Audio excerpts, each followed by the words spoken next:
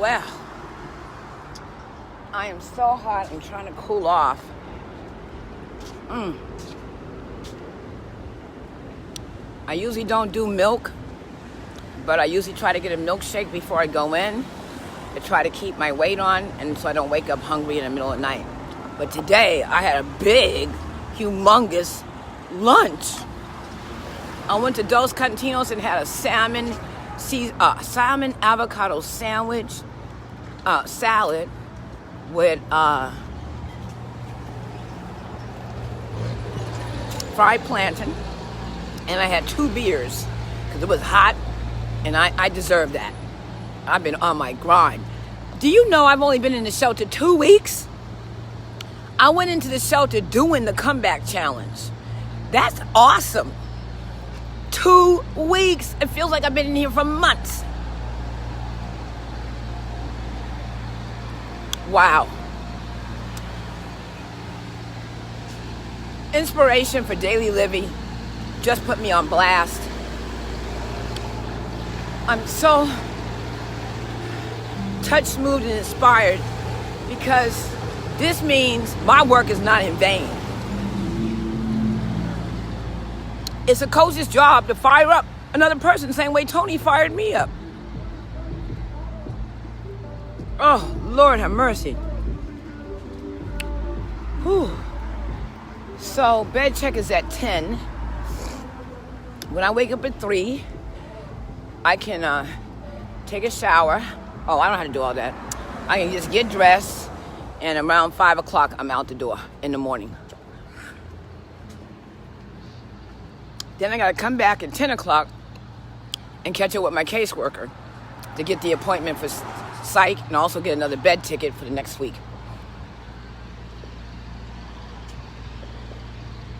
I'm in a weird situation because a lot of people who work in the shelter can be jealous of the clients, even though they came out of the shelter and got a job same way. So, even though I want to tell them, look, I need to get out of here and I need your help. You know, my work is important. They're not the people I'm going to tell. I'm going to get on my knees and tell God, I need to get out of here and make it happen again. You've done it before, but now I'm on point, God. Bring me a miracle. Tomorrow I'm printing that application out for that apartment by the beach, and I'm praying they have a vacancy. And my prayer is always, this is something better. You know, this is something better. It's a nice, cool breeze. I can't take this in the shelter, so I have to consume it by the time I get to the door.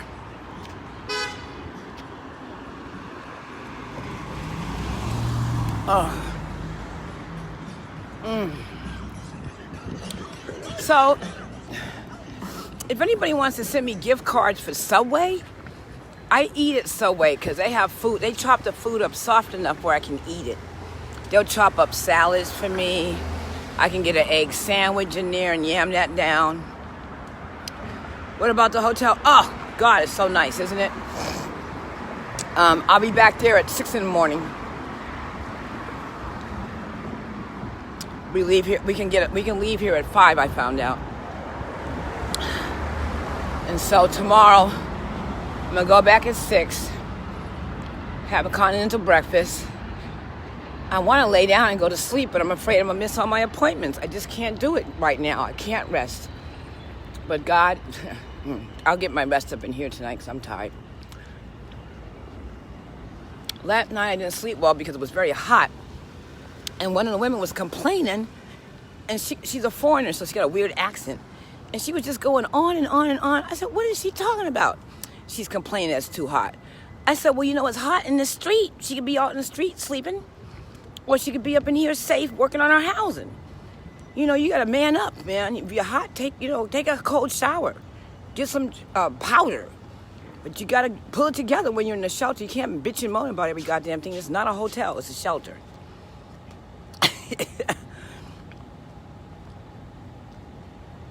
I made it in time. Oh, God. They should have some chairs out here. Women could just sit out here and relax for a minute. But they don't want us hanging out in front smoking cigarettes and all that. They have a back area where the ladies go smoke at. This is a building. It's an old school. It's huge. It's a PS something in East New York. It was a school. We're in a business district, so there's a lot of men around here looking for prostitutes and shit. I hate it.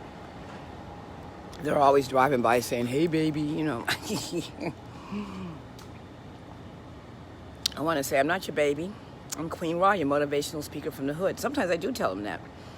No, I'm not your baby. I'm Queen Raw, the motivational speaker from the hood. And how are you living? And what are you doing with your life? And what's your story? Yeah, so today I was in the village walking around looking for my restaurant and ran into the Tesla dealership. I wanted to go down the street and go look in there, but it was too hot. But that's for me. I've wanted a vehicle to tour the country, to go and make a difference. That's my biggest desire.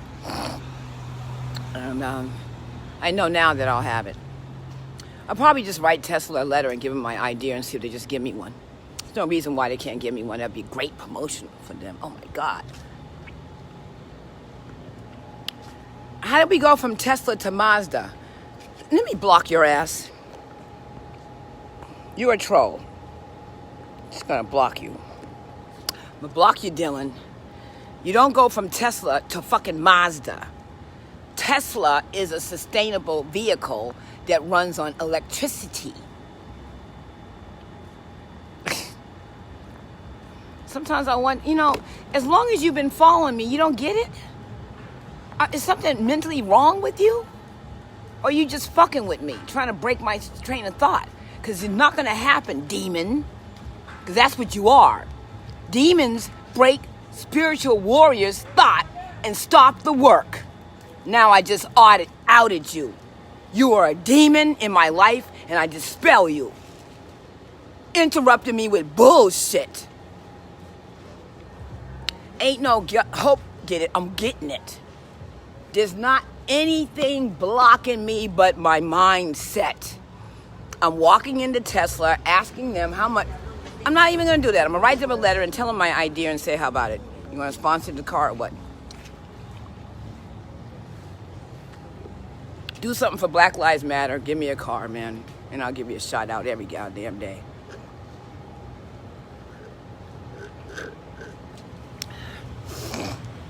Oh, God, that was so good. Jesus.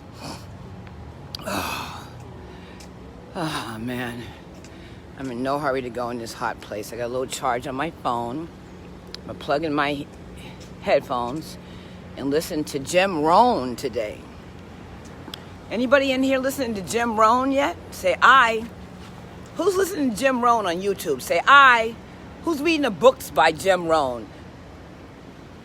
Tony Robbins' mentor, Jim Rohn.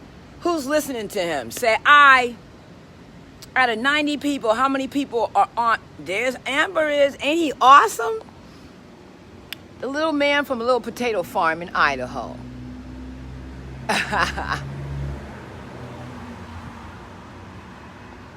Tony Robbins talks about him all the time. When I met Jim Rohn, I was only 25 years old. He worked for Jim Rohn. He helped sell Jim Rohn's programs. Jim Rohn was his first mentor. I mean, he mentioned the man's name so many times. I said, well, I need to look that man up.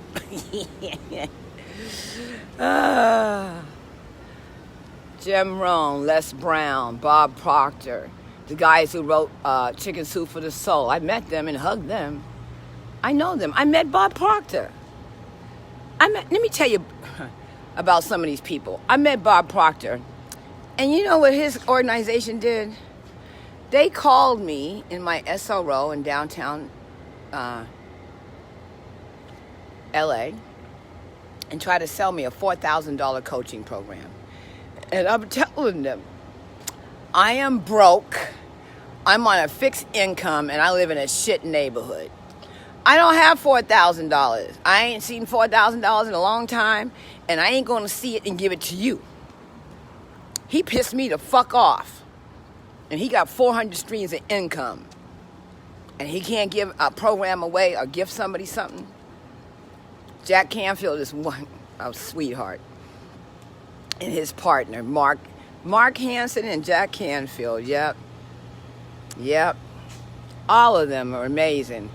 Yeah, but what I loved about Bob Proctor, when I met him, he said, my email, I love this, is I am abundant at AOL. That impressed me, because that is putting energy out into the universe. Oh, he's after the food.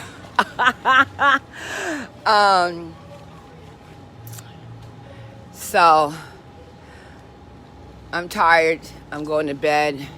I'll talk to y'all later.